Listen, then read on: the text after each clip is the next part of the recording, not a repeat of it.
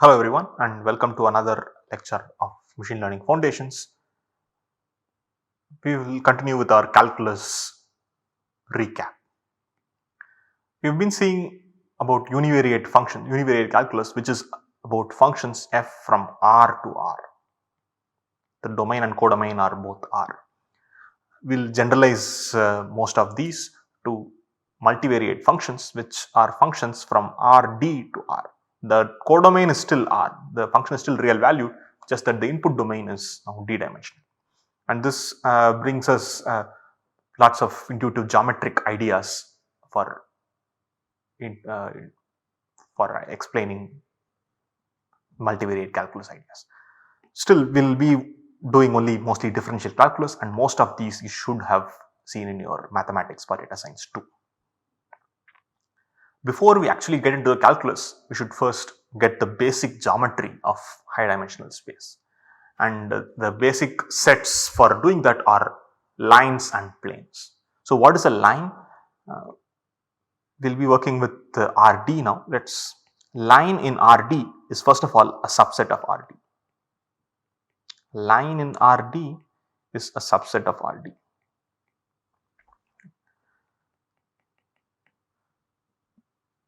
A line is parameterized by two vectors.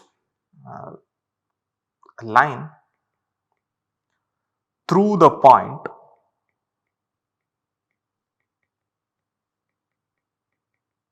u in RD along the direction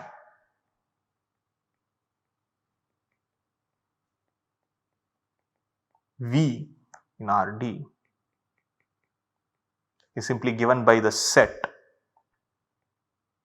of all d-dimensional vectors such that x can be written as u plus alpha times v for alpha reals. We will see some examples soon, but the idea is pretty clear. It is a line through the point along the direction is given by this set.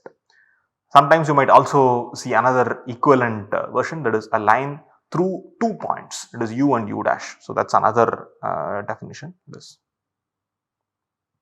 We'll call this definition 2a, and 2b is a line through the points u and u dash.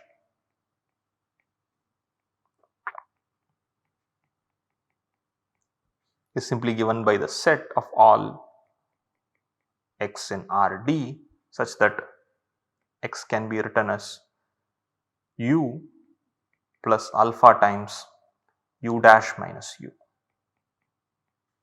for alpha in real, which is also written as set of all x in RD such that x is equal to 1 minus alpha into u plus alpha into u dash for alpha in reals. So as you vary alpha, you get different 1 minus alpha u plus alpha u dash, and the union of every such element forms the line. You can see from this expression of the line through u and u dash and line through u along the vector v that this line through u and u dash is exactly the same as the line through u along the direction u dash minus u. Similarly, line through all of these things are really the same. So this is exactly equal to a line through u along u dash minus u. This is also equal to line through u dash along u minus u dash. Right. All of these three sets are the same really. Line through u and u dash is the same as line through u along u dash minus u, and it is the same as line through u dash along u minus u dash. All of these are the same subset of R.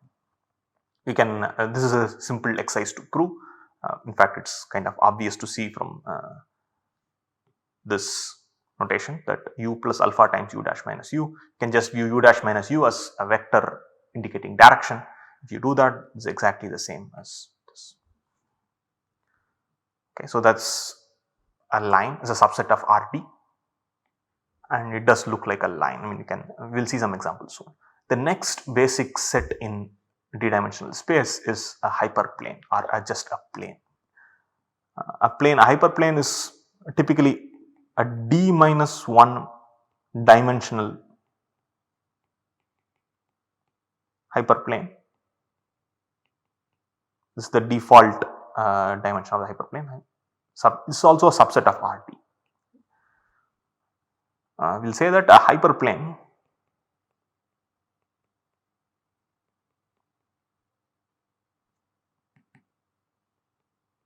normal to the vector W in RT with value B in R is given by the set of all x in RD such that W transpose x is equal to B, which will set of x in RD such that sigma I equal to 1 to D Wi xi is equal to B. So this is the definition of a hyperplane. There are other definitions also, but those are slightly more complicated. So this is the standard definition of hyperplane, which is defined in terms of a vector normal to the plane and value B. We will explain what these terms mean soon, but as of now, it's parameterized by a vector W and a value B. So here are a couple of simple examples for lines first. So an example line here, this is an example line. A line through, consider this line through the point 1 comma 1 along the direction 1 comma 2. Right. So this would be the set of all x in R2 such that x is equal to 1 1 plus alpha times 1 2, where alpha varies over the real line. Right. So a visualization would be something like this. It does pass through the point 1 comma 1 and it has all scalar multiples of 1 comma 1 plus alpha times 1 comma 2. It has all scalar multiples of 1 comma 2 can be added to the point 1 comma 1, and that would correspond to this blue set. And you can see why it is called a line because it does really look like a line when plotted. Okay, so that's a line. Now we'll take a look at some example planes. Here is a simple example plane with 3 dimensions, d is equal to 3. A hyperplane that is normal to the vector 1 1 1. Normal, perpendicular, orthogonal are pretty much the same. Normal means perpendicular. Normal with value 1.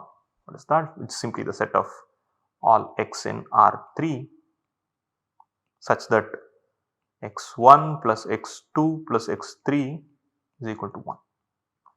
So visualization of that would imagine a 3 axis given by x1, x2, x3. Here x1 plus x2 plus x3 is equal to 1 would correspond to a plane which a part of it would be this. It would pass through the point 0 1 0 1 0 0 0 0 1. It would go beyond the axis as well, but the visible part, if you can imagine a 3D corner of your room, and let's say you can imagine a corner of your room, a piece of paper floating there would look like this, right? Corresponding to the hyperplane would look like this. So here we'll make a distinction between points, vectors and tuples. So this particular set, we'll call it the hyperplane T, we can say a statement like this: the point 0, 1, 0 lies on T which is perpendicular or normal, perpendicular to the vector 1, 1, 1. So why is this particular plane called normal or perpendicular to the vector 1, 1, 1? Well, what you could do is you could imagine a vector or a ray originating at the origin 0, 0, 0 and along 1, 1, 1. Right? So that's kind of a ray that would cut this, that would pierce this plane at 90 degrees. That's the reason why this particular plane is said to be normal or perpendicular to the vector 1, 1, 1. So this makes the definition, I mean, I've been using vectors, points and tuples interchangeably because all of these are represented by RD. RD is, a tuple is simply what you would store, let's say you are storing a d-dimensional vector in a programming language, you would store it in as a tuple, right? So that's how represented. So points and vectors are both represented as tuples, but they have different meaning though, right? A point corresponds to, if you take physics, a point corresponds to a location and a vector corresponds to a direction. You can say that I am in Chennai and I'm going towards Bangalore, right? So that's a valid, so you can imagine a line through Chennai along the direction given by Bangalore minus Chennai, right? So that's an example line, and directions are essentially vectors and points are locations, right? So there's a difference. Both of these are represented by a vector by a tuple in RD, but there is a difference between point and vectors. From context, it should be clear whether a tuple is used as a point or as a vector, right? For example, take this point, right? So sometimes you might not even see, you might say 0, 1, 0 lies on T which is perpendicular to 1, 1, 1. You can say this and you would not be wrong, even though I have not said the word point here and the vector here. This would be a perfectly valid statement because from context it is clear that 0, 1, 0 is used as a point and 1, 1, is used as a vector. Why is that? Because 1, 1, as a point makes no sense because you cannot be perpendicular to a point. You can be perpendicular to a vector, but you cannot be perpendicular to a point. And similarly, a vector cannot lie on a plane. Only points can lie on a plane. But we will be using all of this interchangeably. From context, it should be clear whether a particular element in RT is used as a point or as a vector. Algebraically, it should be very clear, but geometrically, you must understand whether a particular particular tuple is used as a vector or as a point.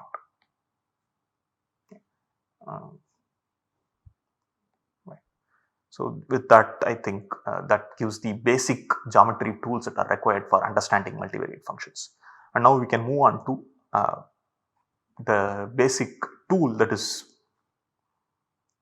the basic building block of multivariate calculus, which are partial derivatives and gradients. So what is a partial derivative? You've seen this perhaps in your school already. Let's say you can imagine a function f from R2 to R, right? The simplest multivariate function that you can think of, which is two-dimensional function. Let's say f of x1, x2 is equal to x1 squared plus x2 squared. It's an example function. The partial derivative of a function with respect to, let's say, one of its arguments, what it means is you view the rest of the arguments as constants. If that's the case, this is still a one-dimensional function. If you fix the other variables, it becomes a one-dimensional function and then you can do the derivative. So that's what the partial derivative means, dou f by dou x1. So I'm going to use the sound dou to denote this. You might see it called partial or del or something like that, but I'm going to use dou because I find it much more convenient than partial. Do that, right? So dou f by dou x1 is simply f of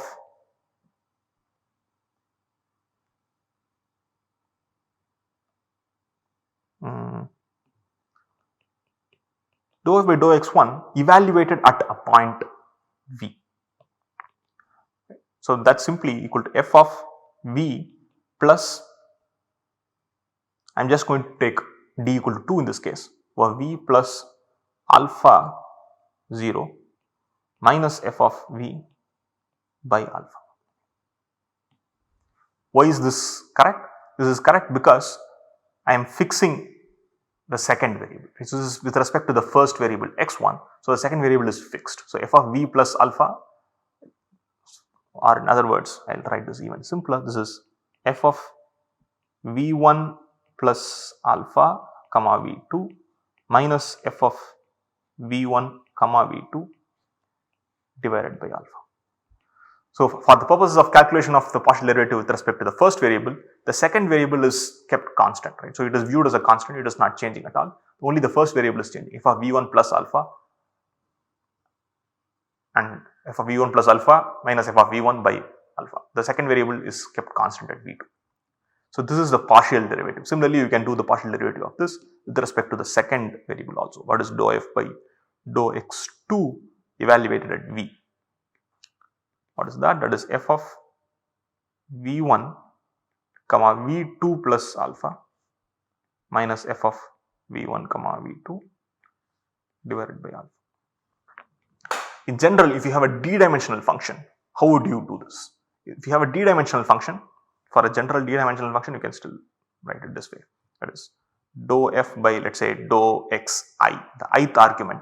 Let's say f has d arguments x1 to xd, dou f by dou xi evaluated at v. What would that be? Well, it would be f of v plus alpha times ei minus f of v divided by alpha. All of this is with limit alpha approaching 0.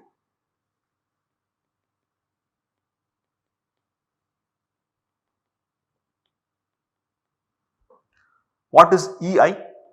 Ei is simply the coordinate vector with the ith coordinate being equal to 1 and the rest being 0. Right? You can easily see that is what is happening here for to get the first derivative with respect to the first variable, you just take v plus alpha times 1 0. To get the derivative with respect to the second variable, you take v plus alpha times 0 1. In general, if you have d variables, if you want the partial derivative with respect to the ith variable, you take f of v plus alpha times ei, where ei is the coordinate vector which has 0, where ei is a d-dimensional vector with 0 everywhere else and 1 in the ith position. There is just a single 1 which is in the ith position. This is clearly generalizing the case of two variables that we have here. So all of this, if you had, let's go back to the two variable case and dou f by dou x1 at v. If the second variable is fixed at v2, f is just a function of the first variable around v1, and in that case this exactly reduces to the standard derivative expression. In general, however, this is the general expression for the partial derivative or the ith argument. You just consider f of v plus alpha times ei minus f of v by alpha, where you let the limit of alpha approach 0. Right. So this is for if you have a d-dimensional function, you can evaluate the partial derivative at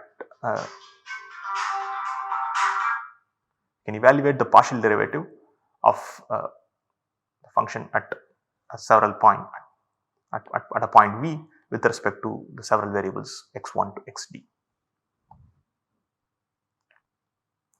So now that means that you have a function f from rd to r. You have for a given point, for any given point v, you have these things, just dou f by dou x1 evaluated at v, dou f by dou x2 evaluated at v, and so on, dou f by dou xd evaluated at v. You can imagine putting all of these in a row vector, and this you can just call it as dou f by dou x. Right. So this f is a function, this x is a vector, right? So that you can take a derivative of a function with respect to a vector.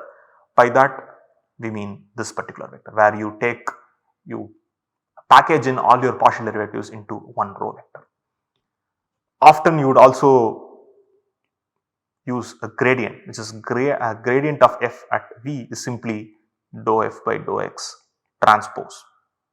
Why is that? Because the gradient is typically written as a column vector, but derivative of f with respect to x, where x is a d-dimensional vector, is written as a row vector. Otherwise it's the same thing. The gradient is also a collection of partial derivatives. It's a d-dimensional vector which collects partial derivatives. Okay, so we can have some simple functions and take the derivatives. Right? Let's use the same function, which is f of x is equal to x1 squared plus x2 squared. In this case, let's say d is equal to 2. Right? It's a two-dimensional function, f of x equal to x1 squared plus x2 squared. What is dou f by dou x1? Well, that's simply equal to 2x1. Dou f by dou x2 is simply equal to 2x2. Dou f by dou x1 evaluated at v is simply 2v1 to v2. So dou f, okay, I think it's better to write dou f by dou x1 evaluated at v is equal to 2v1. Dou f by dou x2 evaluated at v is equal to 2v2.